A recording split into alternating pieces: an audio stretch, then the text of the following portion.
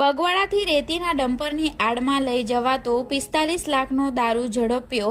Pardi highway પર ડમ્પરની hydraulic ટ્રોલીમાં છુપાવ્યો હતો વિદેશી દારૂનો જથ્થો।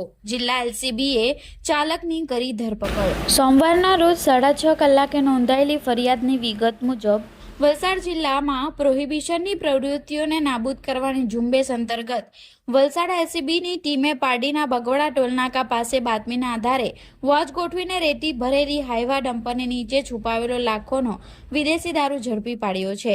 પેટ્રોલિંગ દરમિયાન એલસીબીની ટીમે બાતમી મળી હતી કે સેલવાસથી એક ડમ્પર નંબર DD01H9432 દારૂનો જથ્થો ભરીને અમદાવાદ તરફ જઈ રહ્યું છે।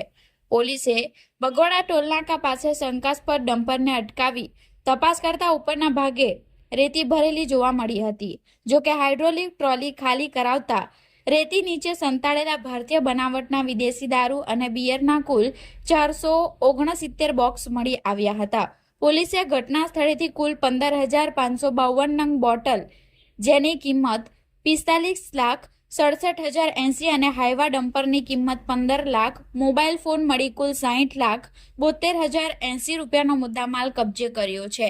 ડમ્પર ચાલક શુભલાલ મોતીલાલ સાહુની ધરપકડ કરવામાં આવી છે। પૂછપરછમાં જાણવા મળ્યું છે કે આ જથ્થો સેલવાસના ચિરાગ નામના શખ્સે મોકલાવ્યો હતો, જેને પોલીસે વોન્ટેડ જાહેર કર્યો છે। પારડી પોલીસ સ્ટેશનમાં પ્રોહિબિશન એક્ટ મુજબનો ગુનો નોંધી વધુ તપાસ હાથ ધરવામાં આવી છે।